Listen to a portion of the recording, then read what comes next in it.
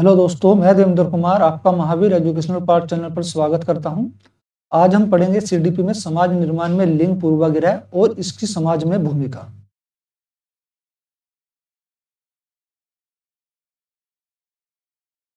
सामाजिक संरचना का सिद्धांत एवं लिंग पूर्वाग्रह। तो सामाजिक संरचना का जो सिद्धांत दिया था वो दिया था हमारा लेव वाइगोत्स्की ने। ठीक है। पूर्वाग्रह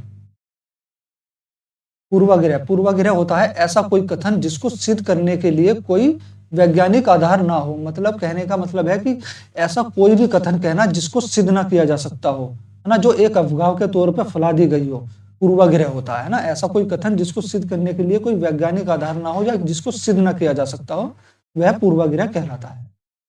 लैंगिक मुद्दे। लैंगिक असमानता का आधार स्त्री और पुरुष की जैविक बनावट मतलब उनकी शारीरिक बनावट नहीं है, बल्कि इन दोनों के बारे में प्रचलित छवियां, मतलब जो समाज ने इन दोनों के बारे में जो छवियां बनाई है ना, और सामाजिक भूमिकाएं हैं। तो समाज ने जैसे स्त्री को कमजोर और पुरुष को जो मजबूत कठोर दर्शाया है ना, ये एक छवि बना दी गई है स्त्री और पुरुष के बारे में। ठीक है। तो जो इन दोनों के बारे में जो प्रचलित छवियां और सामाजिक भूमिकाएं हैं, ठीक है, लैंगिक असमानता का आधार।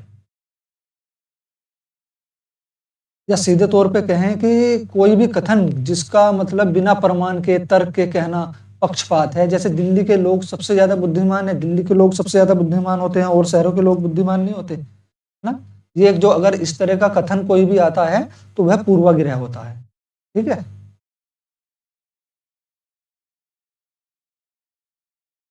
धर्म, परिवार, शिक्षा, व्यवसाय, जहां तक कि व्याकरण, है ना, व्याकरण व्याकरण मतलब हिंदी की जो व्याकरण है उसकी बात हो रही है ना। व्याकरण में भी महिलाओं के साथ भेदभाव किया गया है या उनके अस्तित्व को नकारा गया है। वो कैसे नकारा गया है, देखिए। जैसे व्याकरण में जो है सर्वनाम में 3 पुरुष होते हैं, 3 महिलाएं क्यों नहीं होती भाई? प्रथम पुरुष, मध्यम पुरुष, द्वितीय पुरुष, है ना, 3 पुरुष होते हैं, तो ये 3 महिलाएं क्यों नहीं होती? ठीक है ना। तो यहाँ भी जो महिलाओं के साथ भेदभाव किया गया है व्याकरण में भी, है ना। पूर्वाग्रह भेदभाव, पक्षपात जैसी धारणाओं से संबंधित होता है। ये पूर्व विचारों, जो पुराने विचार होते हैं, रूढ़िवादी सोच होती है ना, उनकी सोच मान्यताओं के अनुसार किसी व्यक्ति के साथ भेदभाव किया जाना पूर्वाग्रह कहलाता है। जैसे कह सकते हैं कि लड़कियों का जो शरीर होता है वो खेल के लिए उपयुक्त नहीं है ना। लड़कियों का जो शरीर है वो खेल के लिए उपयुक्त नहीं है, इसलिए लड़कियों को खेल से दूर रखना लैंगिक पूर्वाग्रह का एक उदाहरण कहलाता है। ठीक है ना। ये भी एक लैंगिक पूर्वाग्रह का ही एक उदाहरण होता है।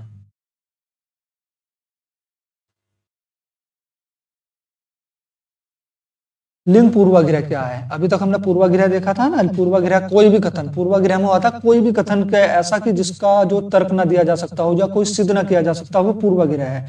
अब यहाँ आते हैं हम लिंग पूर्वाग्रह। लिंग पूर्वाग्रह क्या है ना, इसे लिंग पक्षपात भी कहते हैं। ठीक है, क्या कहते हैं इसे? लिंग पक्षपात भी कहते हैं। स्त्री या पुरुष के बारे में कोई भी ऐसा कथन कहना जिसके लिए वैज्ञानिक या प्रमाणिक तर्क मौजूद ना हो। वहां पे क्या था? कोई भी कथन कहना जिसका वैज्ञानिक आधार ना हो, पूर्वाग्रह था। लेकिन यहाँ पे क्या है, ऐसा कोई भी कथन कहना स्त्री या पुरुष के बारे में, ऐसा कोई भी कथन कहना जिसके लिए वैज्ञानिक या प्रमाणिक तर्क मौजूद नहीं हो, है ना, लिंग पूर्वाग्रह कहलाएगा। जैसे सिर्फ लड़के जो हैं वो गणित में अच्छे होते हैं?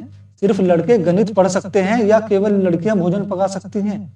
तो ये क्या है? ये लिंग पूर्वाग्रह है। भाई ऐसा नहीं है कि लड़के गणित पढ़ सकते हैं, लड़कियां भी गणित पढ़ सकती हैं और लड़कों से अच्छा गणित पढ़ सकती हैं या लड़कों से समान गणित पढ़ सकती है ना। और केवल लड़कियां भोजन पका सकती हैं, नहीं, ऐसा नहीं है। अब देखो 5 स्टार होटल में ज्यादातर जो है जेंट्स भोजन बनाते हैं, मतलब खाना बनाते हैं, खाना सर्व करते हैं।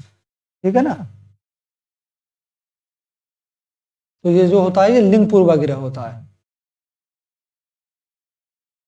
शिक्षा में लिंग पूर्वाग्रह या लिंग रूढ़िवादी। ठीक है। देखो रूढ़िवादी क्या होता है? रूढ़िवादी जो होता है, रूढ़िवादी होती है सोच, पुरानी सोच, जो पुरानी लोगों की सोच होती है, जो उन्होंने धारणा बना दी गई है और वो परंपरा के तौर पे पीढ़ी दर पीढ़ी चली आ रही है, उसको बोलते हैं रूढ़िवादी। ठीक। तो अभिभावकों की सोच में जो है रूढ़िवादी सोच कैसे होती है? तो अभिभावकों की जो सोच में है, जैसे मतलब जो है बच्चों को जो, जैसे लड़का और लड़की है, तो लड़कियों को तो जो है वे सरकारी स्कूल में पढ़ाते हैं और लड़के को सोचते हैं कि अच्छे से अच्छे स्कूल में पढ़ाएं, है ना।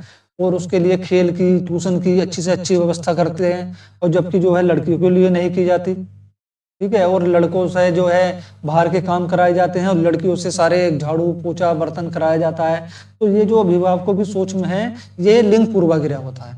ठीक है ना, अभिभावकों की सोच में इस तरह से लिंग पूर्वाग्रह होता है। और भी ये तरीके हैं। ठीक है? और स्कूल वातावरण में लिंग पूर्वाग्रह कैसे होता है? स्कूल वातावरण में लिंग पूर्वाग्रह जो होता है, जैसे कि अतिथि आ रहा है तो उसके लिए जो लड़कियों, उसके जो आदर सत्कार के लिए लड़कियों को तैयार किया जाता है कि उनका जो आदर सत्कार करेंगी वो लड़कियां करेंगी, है ना। ये भी लिंग पूर्वाग्रह का ही उदाहरण है। भाई लड़के क्यों नहीं कर सकते? लड़के भी कर सकते हैं ना, जबकि लड़कियां ही करती हैं ये काम, है ना। और लड़कियों को जो स्कूल में जो है खेलों से दूर रखा जाता है, बच्चों पे, बल्कि छात्रों पे जो बच्चे होते हैं, जो पुरुष मतलब लिंग पुरुष होते हैं, उन को जो खेल पे ज्यादा जोर दिया जाता है। ठीक है, और बस लड़कियों को और होम साइंस पढ़ाई जाती है, लड़कों को मैथ पढ़ाया जाता है ना। तो इस तरह से जो है स्कूल वातावरण में लिंग पूर्वाग्रह होता है। समाज की सोच में जैसे अगर मान लो कोई अभिभावक जो है पुरानी रूढ़िवादी सोच से हटकर कुछ सोचता है, अपनी बच्चों के लिए कुछ करता है, लड़कियों के लिए, जैसे लड़कियों को वो अच्छे स्कूल में पढ़ना भेज दे या ज्यादा पढ़ाने लगे, तो समाज के लोग भी कहने लगते हैं भाई क्यों ज्यादा पढ़ाना है, कि 12वीं कराओ, शादी करा दो, बस इतना ही बहुत है लड़कियों के लिए, है ना। तो ये समाज की सोच में जो रूढ़िवादिता होती है। और कह सकते हैं अगर लड़कियां ज्यादा बाहर के काम करती है तो समाज उस पर जो उम्र देता है। ठीक है, तो ये जो होती है समाज की सोच में भी जो है लिंग पूर्वाग्रह या लिंग रूढ़िवादी होती है। ठीक।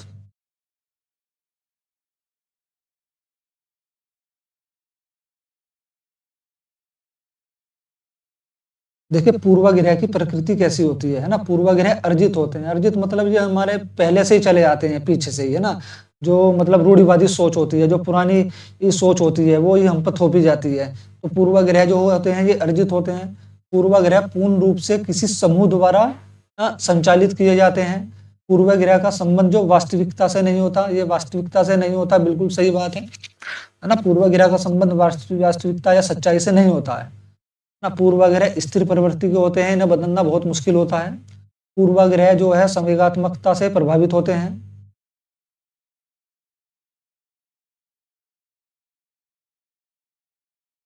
देखिए अगर आपको हमारी जो वीडियो को पसंद आ रही हो तो प्लीज इसको लाइक, सब्सक्राइब और शेयर जरूर करें, है ना। आप चलते हैं आगे। पूर्वाग्रह के प्रकार।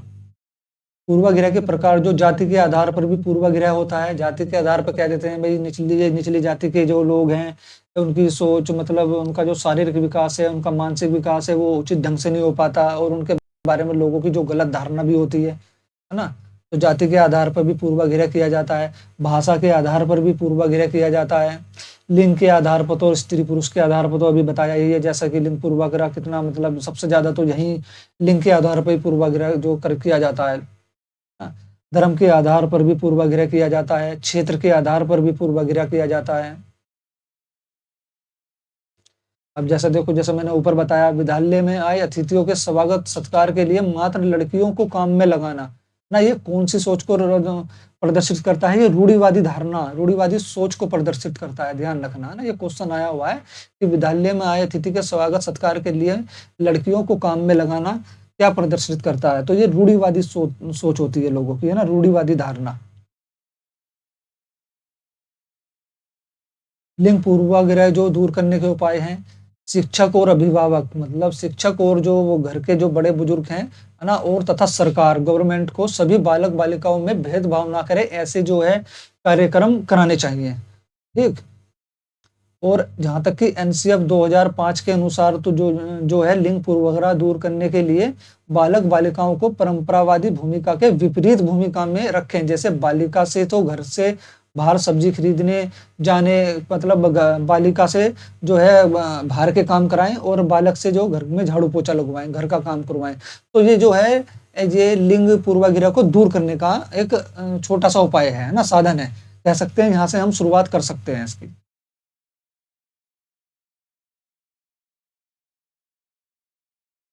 कहने का मतलब है जो भी काम जो लड़कियां करती हैं वो लड़कों से कराए जाएं, और जो काम लड़के करते हैं वो काम लड़कियों से कराए जाएं, तो इससे लिंग पूर्वाग्रह दूर होता है। स्त्री शिक्षा एवं सशक्तिकरण। स्त्री शिक्षा एवं स्त्री सशक्तिकरण को बढ़ावा देकर जो है हम समाज से लैंगिक भेदभाव को दूर कर सकते हैं। स्त्रियों को लड़कियों को उनके अधिकारों से परिचित, लड़कियों को स्त्रियों को उनके अधिकारों से जो अधिकारों को से परिचित कराएं, है ना, और उन्हें उनके अधिकारों के प्रति सचेत करके लैंगिक भेदभाव को कम किया जा सकता है। सॉरी, ये है कम, है ना, काम हो गया, ये है कम, कम किया जा सकता है। जैसे महिला समाख्या, समाख्या एक संस्था होती है, ठीक है ना, जो स्त्रियों की समानता के लिए शिक्षा करती है, शिक्षा का प्रबंध करती है ना। तो महिला समाख्या द्वारा गांव में महिला संघ के माध्यम से शिक्षा प्राप्त करने के लिए महिलाओं को तैयार किया जाए। तो इस तरह से जो है हम लिंग पूर्वाग्रह को काफी हद तक जो है कम कर सकते हैं, कम क्या दूरी कर सकते हैं। ठीक है, ठीक है भाई, ये लिंग पूर्वाग्रह का चैप्टर जो बस इतना ही है, छोटा ही है, लेकिन ये बहुत इंपॉर्टेंट है। यहाँ पे जो है करीबन 1 से 2 नंबर का जरूर हर बार सीटेट में जो क्वेश्चन पूछा जाता है। ठीक है ना, ठीक है, चलिए आज की क्लास यहीं समाप्त होती है। अगर आपको हमारी वीडियो पसंद आ रही है तो प्लीज सब्सक्राइब, लाइक, शेयर जरूर करें, और साथ में जो है